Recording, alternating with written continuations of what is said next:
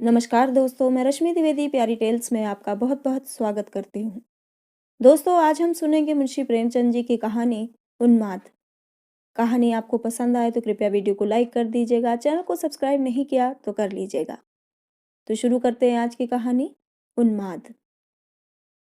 मनहर ने अनुरक्त होकर कहा, ये सब तुम्हारी कुर्बानियों का फल है बागी। नहीं तो आज मैं किसी अंधेरी गली में, किसी अंधेरे मकान के अंदर अंधेरी जिंदगी के दिन काट रहा होता। तुम्हारी सेवा और उपकार हमेशा याद रहेंगे। तुमने मेरा जीवन सुधार दिया, मुझे आदमी बना दिया। वागीश्वरी ने सिर झुकाए नम्रता से उत्तर दिया, ये तुम्हारी सज्जनता है मानू। मैं बेचारी भला तुम्हारी जिंदगी क्या सुधारूंगी। हाँ, तुम्हारे साथ रहकर मैं भी एक दिन आदमी बन जाऊंगी। तुमने परिश्रम किया, उसका पुरस्कार पाया। जो अपनी मदद आप करते हैं, उनकी मदद परमात्मा भी करते हैं। अगर मुझ जैसी गंवारन किसी और के पाले पड़ती तो अब तक न जाने क्या गत बनी होती।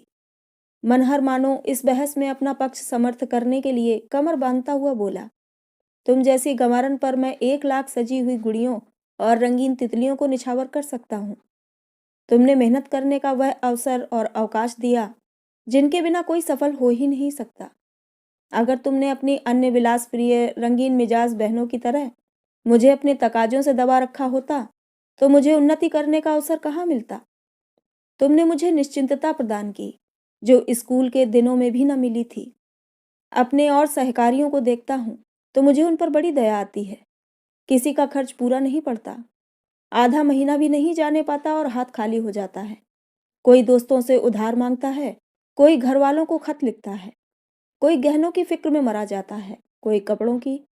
कभी नौकर की टोह में हैरान, कभी वैद्य की टोह में परेशान। किसी को शांति नहीं। आए दिन स्त्री पुरुष में जूते चलते हैं। अपना जैसा भाग्यवान तो मुझे कोई और दिख ही नहीं पड़ता। मुझे घर के सारे आनंद प्राप्त हैं और जिम्मेदारी एक भी नहीं। तुमने ही मेरे हौसलों को उभारा, मुझे उत्तेजना दी।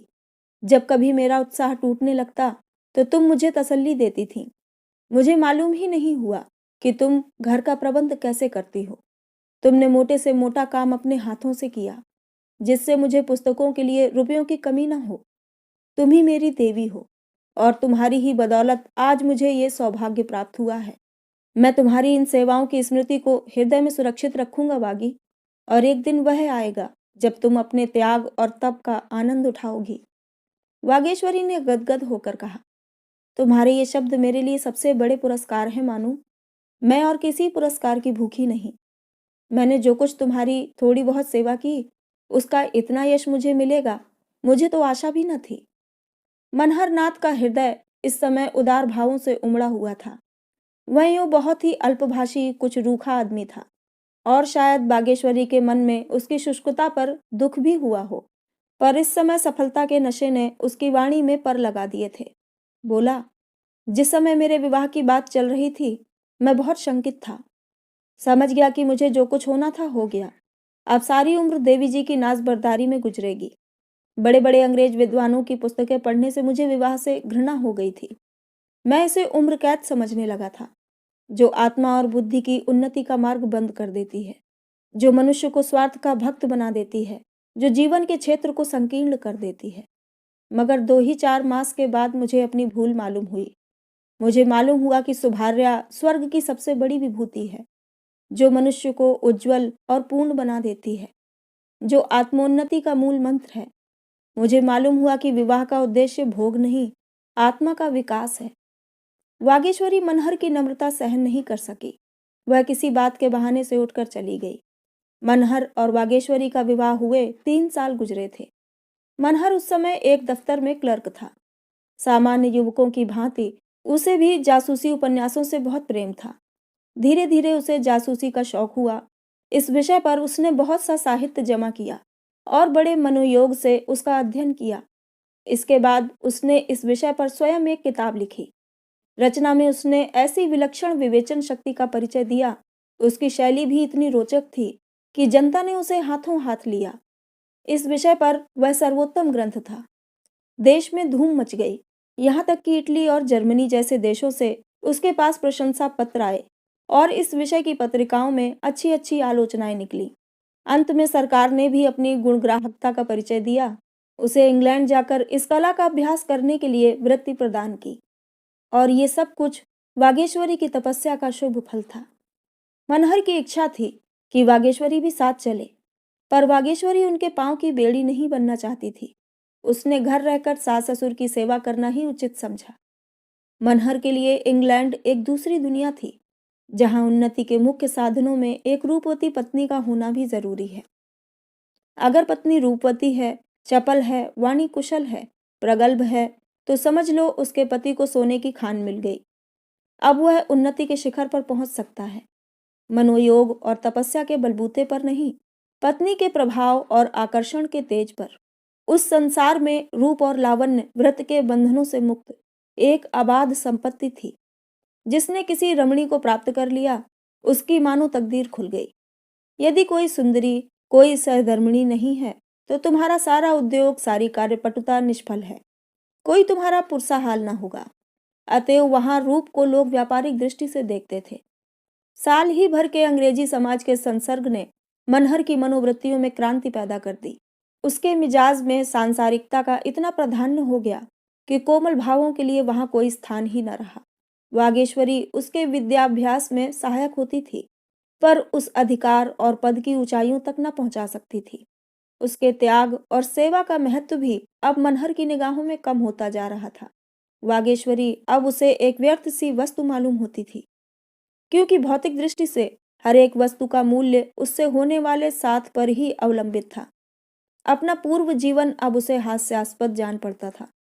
चंचल, हंसमुख, विनोदनी अंग्रेज युवतियों के सामने वागेश्वरी एक हल्की, तुच्छ सी वस्तु जान पड़ती।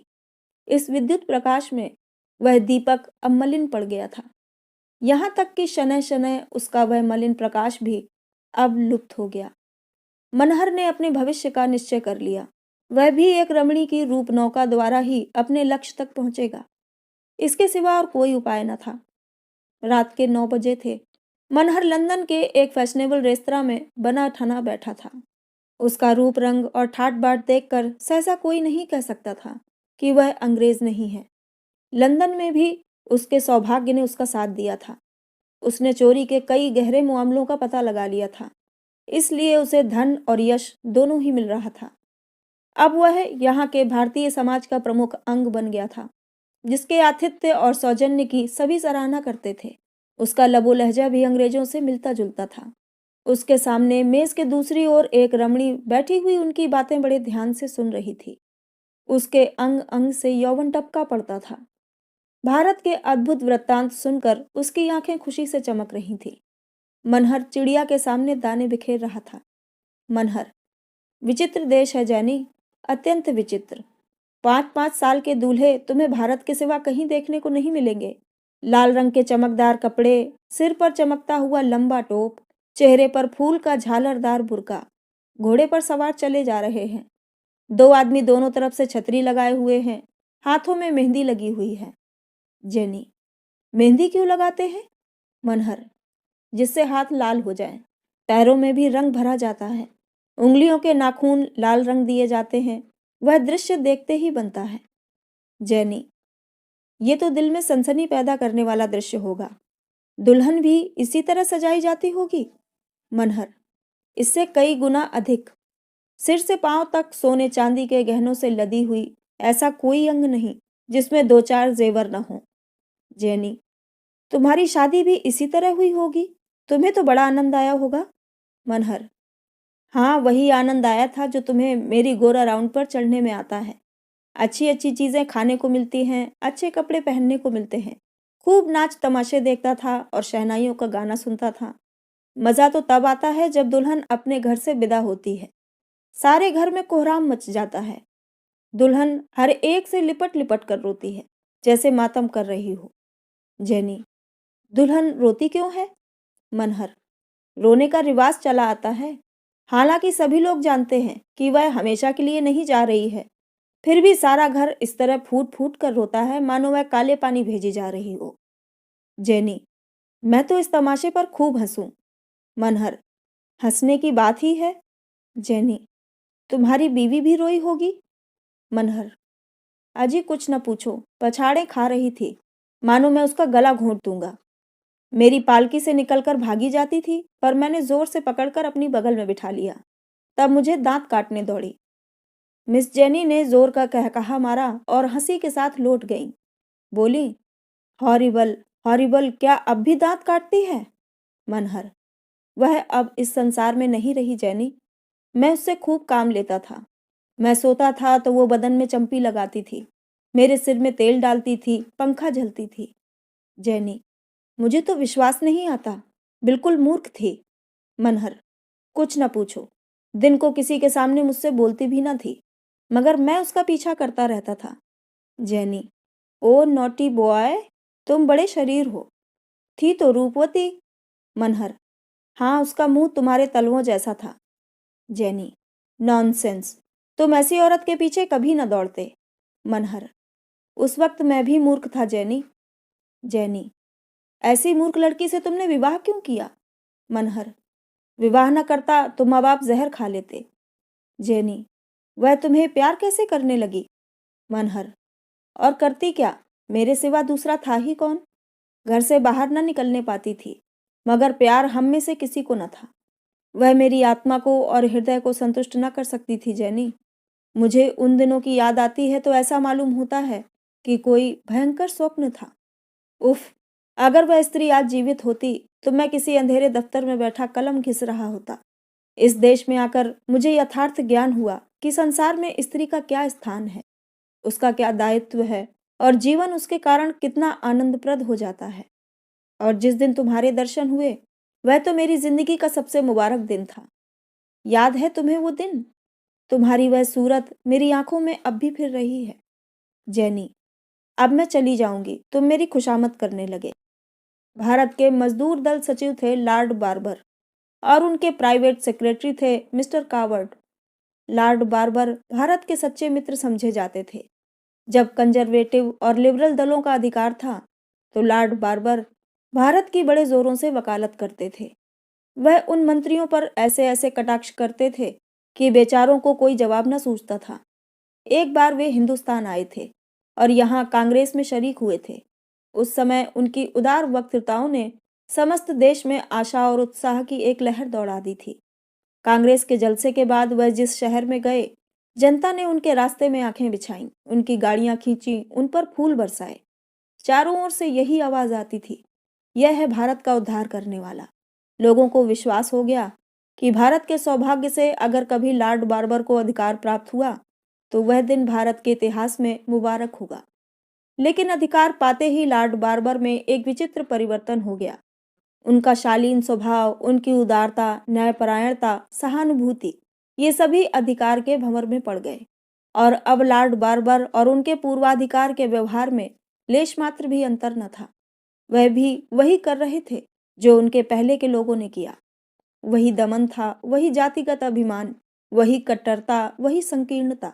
देवता अधिकार के सिंहासन पर पांव रखते ही अपना देवत्व खो बैठा था। अपने 2 साल के अधिकार काल में उन्होंने सैकड़ों ही अफसर नियुक्त किए थे, पर उनमें एक भी हिंदुस्तानी न था। भारतवासी निराश होकर उन्हें डाई हार्ड, यानी धन का उपासक और साम्राज्यवाद का पुजारी कहने लगे थे। ये खुला हुआ रहस्य था कि जो कुछ करते थे मिस्टर कावर्ड करते थे। हक ये था कि लॉर्ड बार्बर नियत के जितने शेर थे, दिल के उतने ही कमजोर। हालांकि परिणाम दोनों दिशाओं में एक सा था। ये मिस्टर कावर्ड एक ही महापुरुष थे। उनकी उम्र 40 से अधिक गुजर चुकी थी, पर अभी तक उन्होंने विवाह नहीं किया था। शायद उनका ख्याल था कि राजनीति के क्षेत्र में रहकर वे विवाह का आनंद नहीं उठा सकते। वास्तव में नवीनता के मधुप थे। उन्हें नित्य नए विनोद और आकर्षण, नित्य नए विलास और उल्लास की टोह रहती थी। दूसरों के लगाए हुए बाग की सैर करके चित्त को प्रसन्न कर लेना इससे कहीं सरल था कि अपना बाग आप लगाएं और उसकी रक्षा और सजावट में अपना सिर खपाएं। उनको व्यापारिक और व्यवहारिक दृष्टि में ये लटका उससे कहीं आसान था। दोपहर का समय था। मिस्टर कावर्ड नाश्ता करके सिगार पी रहे थे तो मिस जैनी रोज के आने की खबर हुई। उन्होंने तुरंत आईने के सामने खड़े होकर अपनी सूरत देखी, बिखरे बालों को संवारा, बहुमूल्य इत्र मला और मुख से स्वागत की सहास छवि दर्शाते हुए कमरे से निकलकर मिस रोज से हाथ मिलाया। जेनी ने कदम रखते ही कहा, अब मैं समझ गई कि क्यों कोई सुंदरी तुम्हारी बात नहीं पूछती। आप अपने वादों को पूरा करना नहीं जानते। मिस्टर कावर्ड ने जेनी के लिए कुर्सी खींचते हुए कहा, मुझे बहुत खेद है मिस रोज कि कल मैं अपना वादा ना पूरा कर सका। प्राइवेट सेक्रेटरी का जीवन कुत्तों के जीवन से भी है। बार बार चाहता था कि दफ्तर से उठूं, बार बार चाहता था कि दफ्तर से उठूं, पर एक ना एक काल ऐसा आ जाता कि रुक जाना पड़ता था। मैं तुमसे क्षमा मांगता हूँ। बाल में तुम्हें खूब आनंद आया होगा। जेनी, मैं तुम्हें तलाश करती रही। जब तुम न मिले तो मेरा जी खट्टा हो गया। मैं और किसी के साथ नहीं नाची। अगर तुम्हें नहीं आना था तो मुझे निमंत्रण क्यों दिया था? कावर्ट ने जेनी को सिगार भेंट करते हुए कहा, तुम मुझे लज्जित कर रही हो जेनी।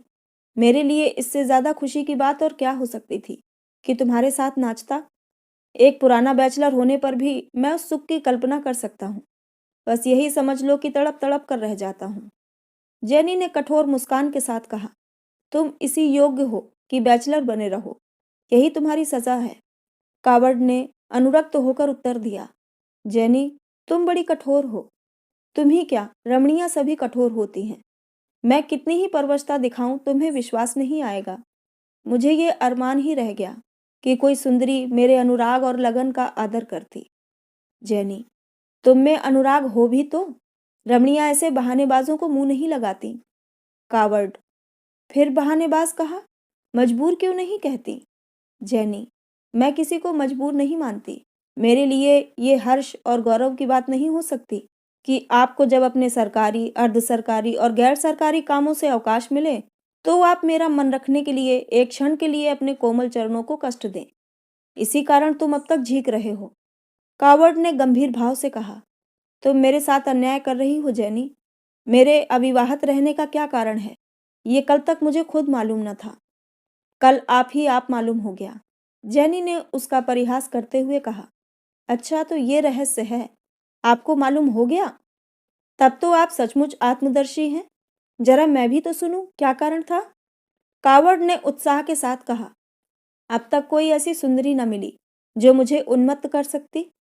जेनी ने कठोर परिहास के साथ कहा, मेरा ख्याल था कि दुनिया में ऐसी औरत पैदा ही नहीं हुई जो तुम्हें उन्मत्त कर सकती।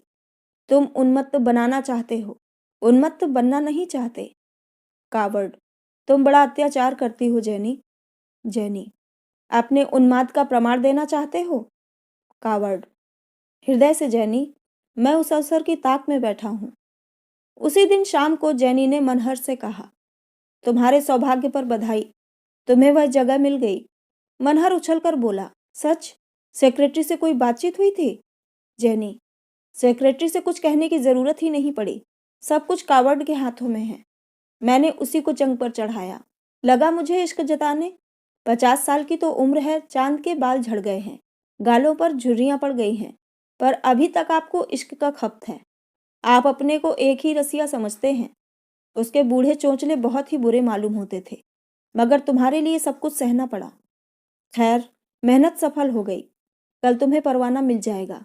अब सफर की तैयारी करनी चाहिए। मनहर ने गदगद होकर कहा, तुमने मुझ पर बड़ा एहसान किया है जेनी। मनहर को गुप्तचर विभाग में ऊंचा पद मिला। देश के राष्ट्रीय पत्रों ने उसकी तारीफों के पुल बांधे, उसकी तस्वीर छापी और राष्ट्रों की ओर से उसे बधाई दी। वह पहला भारतीय था जिसे ये ऊंचा पद प्रदान किया गया था। ब्रिटिश सरकार ने सिद्ध कर दिया था कि उसकी न्याय बुद्धि जातीय अभिमान और द्वेष से उच्चतर है। मनहर और जेनी का विवाह इंग्लैंड में ही हो गया। हनीमून का महीना फ्रांस में गुजरा। वहां से दोनों हिंदुस्तान आए। मनहर का दफ्तर बंबई में था। वहीं दोनों एक होटल में रहने लगे। मनहर को गुप्त अभियोग की खोज के लिए अक्सर दौरे करने पड़ते थे, कभी कश्मीर, कभी मद्रास, कभी रंगून। जेनी इन यात्राओं में बराबर उसके साथ रहती। नित्य नए दृश्य थे, नए विनोद, नए उल्लास। उसकी नवीनता प्रिय प्रकृति के लिए आनंद का इससे अच्छा और क्या सामान हो सकता था। मनहर का रहन सहन तो विदेशी था ही, घर वालों से भी उसका संबंध विच्छेद हो गया था। वागेश्वरी के पत्रों का उत्तर देना तो दूर रहा, वह उन्हें खोल कर पढ़ता भी नहीं था। भारत में हमेशा उसे ये शंका बनी रहती थी कि घर वालों को उसका पता न चल जाए। जेनी से वह अपनी यथार्थ स्थिति को छुपाए रखना चाहता था। उसने घर वालों को आने की सूचना तक न दी थी। यहाँ तक कि वह हिंदुस्तानियों से बहुत कम मिलता था। उसके मित्र अधिकांश पुलिस और फौज के अफसर थे, वही उसके मेहमान होते। वाक्चतुर जैनी सम्मोहन कला में सिद्ध हस्ती थी। पुरुषों के प्रेम से खेलना उसकी सबसे आमोदमय क्रीड़ा थी। जलाती थी, रिझाती थी और मनहर भी उसकी कपट लीला का शिकार बना रहता था। उसे वह हमेशा भूल भुलैया में रखती, कभी इतना निकट कि छाती पर सवार, तो कभी इतना दूर कि योजन का अंतर, कभी निष्ठुर और कभी प्रेम विभल और व्यग्र। एक रहस्य था जिसे वह कभी समझता था और कभी हैरान रह जाता था। इस तरह 2 वर्ष बीत गए और मनहर और जैनी कोण की दो भुजाओं की भांति एक दूसरे से दूर होते गए। मनहर इस भावना को हृदय से न निकाल सकता था कि जैनी का मेरे प्रति एक विशेष कर्तव्य है, वह चाहे उसकी संकीर्णता हो या कुल मर्यादा का असर, कि वह जैनी को पाबंद देखना चाहता था। उसकी स्वच्छंद वृत्ति उसे लज्जास्पद मालूम होती थी। वह भूल जाता था कि जैनी से उसके संपर्क का आरंभ ही स्वार्थ पर अवलंबित था। शायद उसने समझा था कि समय के साथ जैनी को अपने कर्तव्यों का ज्ञान हो जाएगा। हालांकि उसे मालूम होना चाहिए था कि टेढ़ी बुनियाद पर बना हुआ भवन जल्द या देर से भूमिस्थ होकर ही रहेगा, और ऊंचाई के साथ उसकी शंका और भी बढ़ती जाती थी। इसके विपरीत जैनी का व्यवहार परिस्थिति के बिल्कुल अनुकूल था। उसने मनहर को विनोद में तथा विलास में जीवन का एक साधन समझा था, और उसी विचार पर वह अब तक स्थिर थी। इस व्यक्ति को वह मन में पति का स्थान नहीं दे सकती थी। पाषाण प्रतिमा को वह अपना देवता न बना सकती थी। पत्नी बनना उसके जीवन का स्वप्न न था, इसलिए वह मनहर के प्रति अपने किसी कर्तव्य को स्वीकार नहीं करती थी। अगर मनहर अपनी गाढ़ी कमाई उसके चरणों पर अर्पित करता था, तो कोई एहसान न करता था। मनहर उसका बनाया हुआ पुतला, उसी का लगाया हुआ वृक्ष था। उसकी छाया और उसके फल का भोग करना वह अपना अधिकार समझती थी। मनोमालिन्य बढ़ता गया। आखिर मनहर ने उसके साथ दावतों और जलसों पर जाना छोड़ दिया। पर जैनी पूर्ववत सैर करने जाती, मित्रों से मिलती, दावतें करती और दावतों में शरीक होती। मनहर के साथ न जाने से उसे लेश मात्र भी दुख या निराशा नहीं होती थी, बल्कि वह शायद उसकी उदासीनता पर और प्रसन्न होती थी।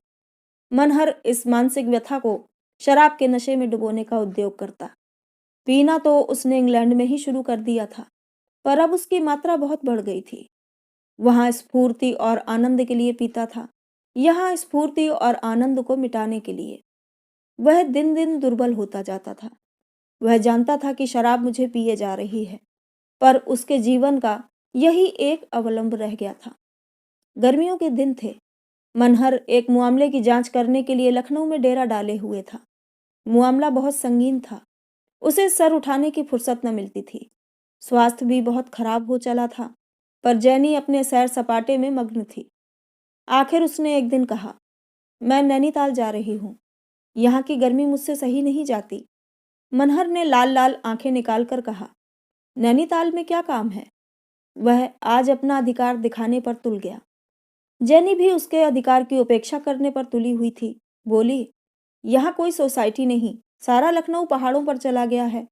मनहर ने जैसे म्यान से तलवार निकालकर कहा, जब तक मैं यहाँ हूँ तुम्हें कहीं जाने का अधिकार नहीं है। तुम्हारी शादी मेरे साथ हुई है, सोसाइटी के साथ नहीं। फिर तुम साफ देख रही हो कि मैं बीमार हूँ। इस पर भी तुम अपनी विलास प्रवृत्ति को रोक नहीं सकती। मुझे तुमसे ऐसी आशा नहीं थी जैनी। मैं तुमको शरीफ समझता था। मुझे स्वप्न में भी गुमान न था कि तुम मेरे साथ ऐसी बेवफाई करोगी। जैनी ने अविचलित भाव से कहा, तो क्या तुम समझते थे कि मैं भी तुम्हारी हिंदुस्तानी स्त्री की तरह तुम्हारी लौंडी बनकर रहूंगी और तुम्हारे तलवे सहलाऊंगी?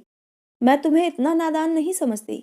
अगर तुम्हें हमारी अंग्रेज सभ्यता की इतनी सी बात नहीं मालूम, तो अब मालूम कर लो कि अंग्रेज स्त्री अपनी रुचि के सिवा और किसी की पाबंद नहीं। तुमने मुझसे विवाह इसलिए किया था कि मेरी सहायता से तुम्हें सम्मान और पद प्राप्त हो। सभी पुरुष ऐसा करते हैं और तुमने भी वैसा ही किया। मैं इसके लिए तुम्हें बुरा नहीं कहती, लेकिन जब तुम्हारा वह उद्देश्य पूरा हो गया जिसके लिए तुमने मुझसे विवाह किया था, तो तुम मुझसे अधिक आशा क्यों रखते हो? तुम हिंदुस्तानी हो, अंग्रेज नहीं हो सकते। मैं अंग्रेज हूँ, हिंदुस्तानी नहीं हो सकती। इसलिए हम में से किसी को अधिकार नहीं है कि वह दूसरे को अपनी मर्जी का गुलाम बनाने की चेष्टा करे। मनहर हतबुद्धि सा बैठा सुनता रहा। एक एक शब्द विष की घूंट की भांति उसके कंठ के नीचे उतर रहा था। कितना कठोर सत्य था। पद लालसा के इस प्रचंड आवेग में, विलास तृष्णा के उस अदम्य प्रवाह में वह भूल गया था कि जीवन में कोई ऐसा तत्व भी है जिसके सामने पद और विलास कांच के खिलौनों से अधिक मूल्य नहीं रखते। वह विस्मृत सत्य इस समय अपने दारुण विलाप से उसकी मध्यग्न चेतना को तड़पाने लगा। शाम को जैनी नैनीताल चली गई। मनहर ने उसकी ओर आंखें उठाकर भी न देखा। 3 दिन तक मनहर घर से न निकला। जीवन के 5-6 वर्षों में उसने जितने रत्न संचित किए थे, जिन पर वह गर्व करता था, जिन्हें पाकर वह अपने को धन्य समझता था, अब परीक्षा की कसौटी पर जाकर नकली सिद्ध हो रहे थे। उसकी अपमानित, ग्लानित, पराजित आत्मा एकांत रोदन के सिवा और कोई त्राण न पाती थी। अपनी टूटी झोपड़ी को छोड़कर वह जिस जिस सुनहले कलश वाले भवन की ओर लपका था, वह मरीचिका मात्र थी। और उसे अब फिर अपनी टूटी झोपड़ी याद आई, जहां उसने शांति, प्रेम और आशीर्वाद की सुधा पी थी। ये सारा आडंबर उसे काट खाने लगा। उस सरल शीतल स्नेह के सामने ये सारी विभूतियां उसे तुच्छ सी लगने लगी। तीसरे दिन वह भीषण संकल्प करके उठा और 2 पत्र लिखे। एक तो अपने पद से इस्तीफा था और दूसरा जैनी से अंतिम विदा की सूचना। इस्तीफे में उसने लिखा, मेरा स्वास्थ्य नष्ट हो गया है और मैं इस भार को नहीं संभाल सकता। जैनी के पत्र में उसने लिखा, हम और तुम दोनों ने भूल की है और हमें जल्द से जल्द उस भूल को सुधार लेना चाहिए। मैं तुम्हें सारे बंधनों से मुक्त करता हूँ। तुम भी मुझे मुक्त कर दो। मेरा तुमसे कोई संबंध नहीं है। अपराध न तुम्हारा है न मेरा। समझ का फेर तुम्हें भी था और मुझे भी। मैंने अपने पद से इस्तीफा दे दिया है और अब तुम्हारा मुझ पर कोई एहसान नहीं रहा। मेरे पास जो कुछ है वह तुम्हारा है। वह सब मैं छोड़े जाता हूँ। मैं तो निमित्त मात्र था, स्वामिनी तुम थी। उस सभ्यता को दूर से ही सलाम है जो विनोद और विलास के सामने किसी बंधन को स्वीकार नहीं करती। उसने खुद जाकर दोनों की रजिस्ट्री कराई और उत्तर का इंतजार किए बिना ही वहां से चलने को तैयार हो गया। जैनी ने जब मनहर का पत्र पाकर पढ़ा तो मुस्कुराई। उसे मनहर की इच्छा पर शासन करने का ऐसा अभ्यास पड़ गया था कि पत्र से उसे जरा भी घबराहट नहीं हुई। उसे विश्वास था कि 2-4 दिन चिकनी चुपड़ी बातें करके वह उसे फिर वशीभूत कर लेगी। अगर मनहर की इच्छा केवल धमकी देनी न होती, उसके दिल पर चोट लगी होती, तो वह अब तक यहाँ न होता, कब का ये स्थान छोड़ चुका होता। उसका यहाँ रहना ही बता रहा है कि वह केवल बंदर घुड़की दे रहा है। जैनी ने स्थिर चित्त होकर कपड़े बदले और तब इस तरह मनहर के कमरे में आई मानो कोई अभिनय करने स्टेज पर आई हो। मनहर उसे देखते ही ठट्टा मारकर हंसा। जैनी सहम कर पीछे हट गई। इस हंसी में क्रोध का प्रतिकार न था, उसमें उन्माद भरा हुआ था। मनहर के सामने मेज पर बोतल और गिलास रखा हुआ था। एक दिन में उसने न जाने कितनी शराब पी ली थी। उसकी आंखों से जैसे रक्त उबला पड़ता था। जैनी ने समीप आकर उसके कंधे पर हाथ रखा और बोली, क्या रात भर पीते ही रहोगे? चलो आराम से लेटो, रात ज्यादा हो गई है। घंटों से बैठी तुम्हारा इंतजार कर रही हूँ। तुम इतने निष्ठुर तो कभी नहीं थे। मनहर खोया हुआ सा बोला, तुम कब आ गई वागी? देखो, मैं कब से तुम्हें पुकार रहा हूँ। चलो आज सैर कराएं, उसी नदी के किनारे। तुम वही अपना प्यारा गीत सुनाना जिसे सुनकर मैं पागल हो जाता था।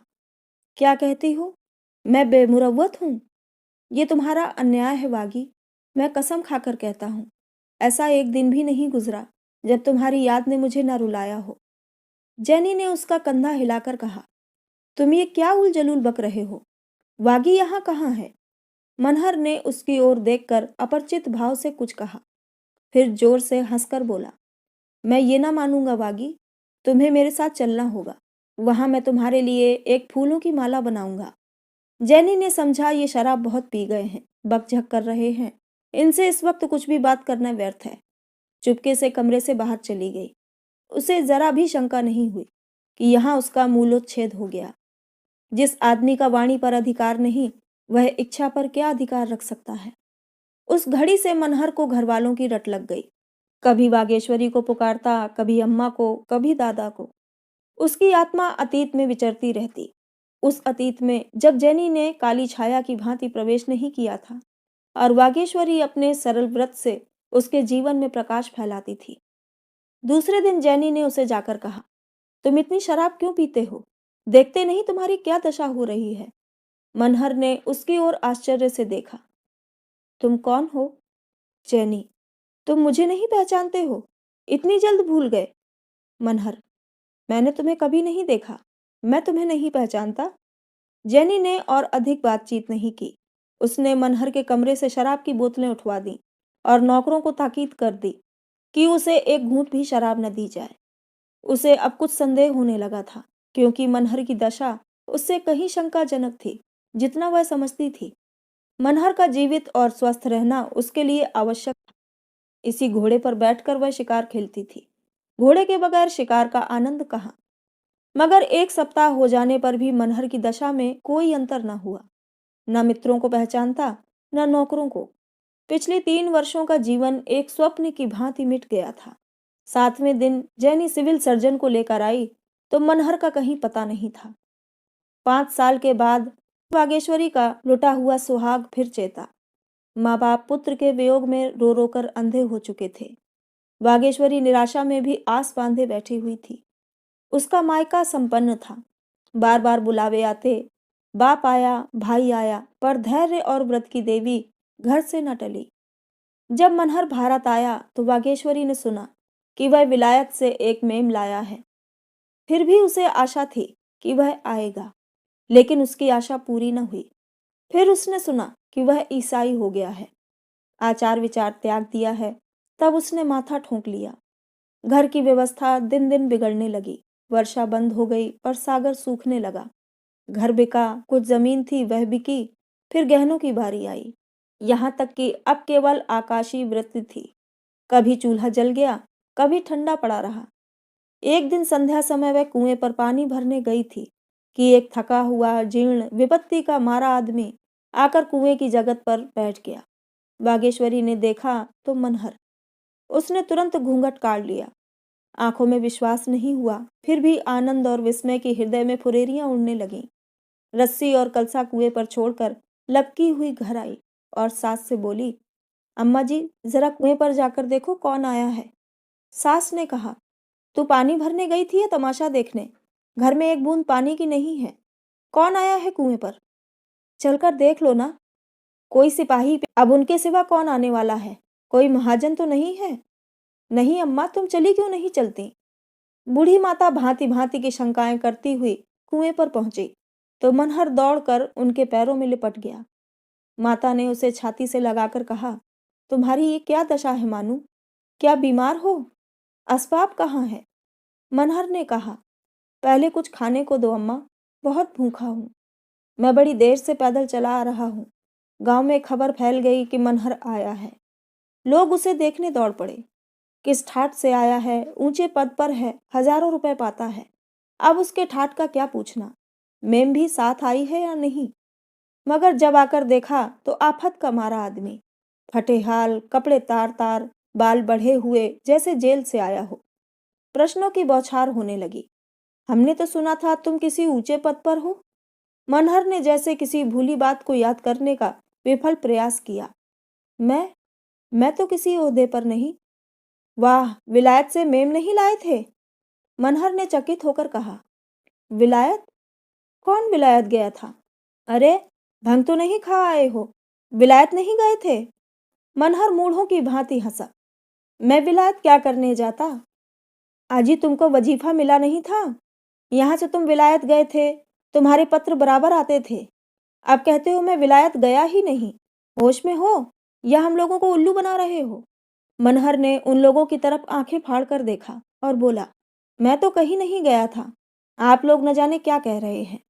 अब इसमें संदेह की गुंजाइश न रही कि वह अपने होशो हवास में नहीं है। उसे विलायत जाने के पहले की सारी बातें याद थीं। गांव और घर के एक एक आदमी को पहचानता था। लेकिन जब इंग्लैंड, अंग्रेज बीवी और ऊंचे पद का जिक्र आता तो भौचक्का होकर ताकने लगता। वागेश्वरी को अब उसके प्रेम में एक अस्वाभाविक अनुराग दिखता, जो उसे बनावटी मालूम होता था। वह चाहती थी कि उसके व्यवहार और आचरण में पहले जैसी बेतकल्लुफी हो। वह प्रेम का स्वांग नहीं, प्रेम चाहती थी। 10 ही 5 दिनों में उसे ज्ञात हो गया कि इस विशेष अनुराग का कारण बनावट या दिखावा नहीं है, वरन कोई मानसिक विकार है। मनहर ने माँ बाप का इतना अदब पहले कभी नहीं किया था। उसे अब मोटे से मोटा काम करने में कोई संकोच नहीं था। वह जो बाजार से साग सब्जी लाने में अपना अनादर समझता था, अब कुएं से पानी खींचता, लकड़ियां फाड़ता और घर में झाड़ू लगाता। और अपने घर में ही नहीं, सारे मोहल्ले में उसकी सेवा और नम्रता की चर्चा होती थी। एक बार मोहल्ले में चोरी हो गई। पुलिस ने बहुत दौड़ धूप की, पर चोरों का पता न चला। मनहर ने चोरी का पता ही नहीं लगा दिया, वरन माल भी बरामद करा दिया। इससे आसपास के गांवों और मोहल्लों में उसका यश फैल गया। कोई चोरी होती तो लोग उसके पास दौड़े आते और अधिकांश उद्योग उसके सफल भी होते। इस तरह उसकी जीविका की एक व्यवस्था हो गई। वह अब वागेश्वरी के इशारों का गुलाम था। उसी की दिलजोई और सेवा में उसके दिन कटते। अगर उसमें विकार या बीमारी का कोई लक्षण था तो वह इतना ही। यही सनक उसे सवार हो गई थी। बागेश्वरी को उसकी दशा पर दुख होता, पर उसकी ये बीमारी उस स्वास्थ्य से उसे कहीं प्रिय थी, जब वह उसकी बात भी न पूछता था। 6 महीनों के बाद एक दिन जैनी मनहर का पता लगाती हुई आ पहुंची। हाथ में जो कुछ था वह सब उड़ा चुकने के बाद अब उसे किसी आश्रय की खोज थी। उसके चाहने वालों में कोई ऐसा न था जो उसकी आर्थिक सहायता करता। शायद अब जैनी को कुछ ग्लानि भी होती थी। वह अपने किए पर लज्जित थी। द्वार पर हार्न की आवाज सुनकर मनहर बाहर निकला और इस प्रकार जैनी को देखने लगा मानो कभी देखा ही नहीं हो। जैनी ने मोटर से उतरकर उससे हाथ मिलाया और अपनी आप बीती सुनाने लगी। तुम इस तरह छिपकर मुझसे क्यों चले आए? और फिर आकर एक पत्र भी नहीं लिखा? आखिर मैंने तुम्हारे साथ क्या बुराई की थी? फिर मुझ में कोई बुराई देखी थी तो तुम्हें था कि मुझे सावधान कर देते। छिपकर चले आने का क्या फायदा हुआ? ऐसी अच्छी जगह मिल गई थी, वो भी हाथ से निकल गई। मनहर काठ के उल्लू की भांति खड़ा रहा। जैनी ने फिर कहा, तुम्हारे चले आने के बाद मेरे ऊपर जो संकट आए वह सुनाऊं तो तुम घबरा जाओगे। मैं इसी चिंता और दुख से बीमार हो गई। तुम्हारे बगैर मेरा जीवन निरर्थक हो गया। तुम्हारा चित्र देखकर मन को ढांढस देती थी। तुम्हारे पत्रों को आदि से अंत तक पढ़ना मेरे लिए सबसे मनोरंजक विषय था। तुम मेरे साथ चलो। मैंने एक डॉक्टर से बात की है। वह मस्तिष्क के विकारों का डॉक्टर है। मुझे आशा है उसके उपचार से तुम्हें लाभ होगा। मनहर चुपचाप विरक्त भाव से खड़ा रहा, मानो न वह कुछ देख रहा है न सुन रहा है। सहसा वागेश्वरी निकल आई। जैनी को देखते ही वह ताड़ गई कि यही मेरी यूरोपियन सौत है। वह उसे बड़े आदर सत्कार के साथ भीतर ले आई। मनहर भी उनके पीछे पीछे चला आया। जैनी ने टूटी खाट पर बैठते हुए कहा, इन्होंने मेरा जिक्र तो किया ही होगा। मेरी इनसे लंदन में शादी हुई है। वागेश्वरी बोली, ये तो मैं आपको देखते ही समझ गई थी। जैनी, इन्होंने कभी मेरा जिक्र नहीं किया? वागेश्वरी, कभी नहीं। इन्हें तो कुछ याद नहीं। आपको यहाँ आने में बड़ा कष्ट हुआ होगा। जैनी, महीनों के बाद तब इनके घर का पता चला। वहां से बिना कुछ कहे सुने चल दिए। आपको कुछ मालूम है इन्हें क्या शिकायत है? शराब बहुत पीने लगे थे। आपने किसी डॉक्टर को नहीं दिखाया? हमने तो किसी को नहीं दिखाया। जैनी ने तिरस्कार से कहा, क्यों? क्या आप उन्हें हमेशा बीमार रखना चाहती हैं? वागेश्वरी ने बेपरवाही से कहा, मेरे लिए तो इनका बीमार रहना इनके स्वस्थ रहने से कहीं अच्छा है। तब वह अपनी आत्मा को भूले हुए थे, अब वह उसे पा गए हैं। फिर उसने निर्दय कटाक्ष करके कहा, मेरे विचार में तो वह तब बीमार थे, अब ठीक हो गए हैं। जैनी ने चिढ़कर कहा, नॉनसेंस, इनकी किसी विशेषज्ञ से चिकित्सा करानी होगी। ये जासूसी में बड़े कुशल हैं। इनके सभी अफसर इनसे प्रसन्न थे। वह चाहे तो अब भी वह जगह इन्हें दी है। अपने विभाग में ऊंचे से ऊंचे पद तक पहुंच सकते हैं। मुझे विश्वास है कि इनका रोग असाध्य नहीं, हाँ विचित्र अवश्य है। आप क्या इनकी बहन हैं? वागेश्वरी ने मुस्कुराकर कहा, आप तो गाली दे रही हैं। ये मेरे स्वामी हैं। जैनी पर मानो वज्रपात हुआ। उसके मुख पर से नम्रता का आवरण हट गया और मन में छुपा हुआ क्रोध जैसे दांत पीसने लगा। उसकी गर्दन की नसें तन गईं, दोनों मुट्ठियां बंध गईं। उन्मत्त होकर बोली, बड़ा दगाबाज आदमी है। इसने मुझसे बड़ा धोखा किया। मुझसे इसने कहा कि मेरी स्त्री मर गई है। कितना बड़ा धूर्त है। ये पागल नहीं है, इसने पागलपन का स्वांग भरा है। मैं अदालत से इसकी सजा कराऊंगी। क्रोधावेश के कारण वह कांप उठी। फिर रोते हुए बोली, इस दगाबाजी का मैं ऐसे मजा चखाऊंगी। ओह, इसने मेरा कितना घोर अपमान किया है। ऐसा विश्वासघात करने वाले को जो दंड दिया जाए वह थोड़ा है। इसने कैसी मीठी मीठी बातें करके मुझे फांसा। मैंने ही इसे जगह दिलाई, मेरे ही प्रयत्नों से ये बड़ा आदमी बना। इसके लिए मैंने अपना घर छोड़ा, अपना देश छोड़ा, और इसने मेरे साथ ऐसा कपट किया। जैनी सिर पर हाथ रखकर बैठ गई, फिर तैश में उठी और मनहर के पास आकर उसको अपनी ओर खींचती हुई बोली, मैं तुम्हें खराब करके छोड़ूंगी। तूने मुझे समझा क्या है? मनहर इस तरह शांत भाव से खड़ा था, मानो उससे उसे कोई प्रयोजन ही नहीं है। फिर वह सिंघनी की भांति मनहर पर टूट पड़ी और उसे जमीन पर गिराकर उसकी छाती पर चढ़ बैठी। वागेश्वरी ने उसका हाथ पकड़कर अलग कर दिया और बोली, तुम ऐसी डायन न होती तो उनकी ये दशा क्यों होती? जैनी ने तैश में आकर जेब से पिस्तौल निकाली और वागेश्वरी की तरफ बढ़ी। सहसा मनहर तड़प कर उठा, उसके हाथ से भरा हुआ पिस्तौल छीनकर फेंक दिया और वागेश्वरी के सामने खड़ा हो गया। फिर ऐसा मुंह बना लिया मानो कुछ हुआ ही नहीं हो। उसी वक्त मनहर की माताजी दोपहरी की नींद सोकर उठी और जैनी को देखकर वागेश्वरी की ओर प्रश्न भरी आंखों से ताका। वागेश्वरी ने उपहास भाव से कहा, ये आपकी बहू है? बुढ़िया ठिनक कर बोली, कैसी मेरी बहू? ये मेरी बहू बनने जोग है बंदरिया? लड़के पर न जाने क्या कर करा दिया, अब छाती पर मूंग दलने आई है। जैनी एक क्षण तक मनहर को खून भरी आंखों से देखती रही, फिर बिजली की भांति कौंध कर उसने आंगन में पड़ा पिस्तौल उठा लिया और वागेश्वरी पर छोड़ना ही चाहती थी कि मनहर सामने आ गया। वह बेधड़क जैनी के सामने चला गया, उसके हाथ से पिस्तौल छीन लिया और अपनी छाती पर गोली मार ली। तो दोस्तों, ये थी कहानी उन्माद। आपको कैसी लगी हमें कमेंट में ज़रूर बताइएगा। चैनल को सब्सक्राइब नहीं किया तो कर लीजिएगा। तो मिलते हैं अगली कहानी में। कहानी को पूरा सुनने के लिए बहुत बहुत धन्यवाद।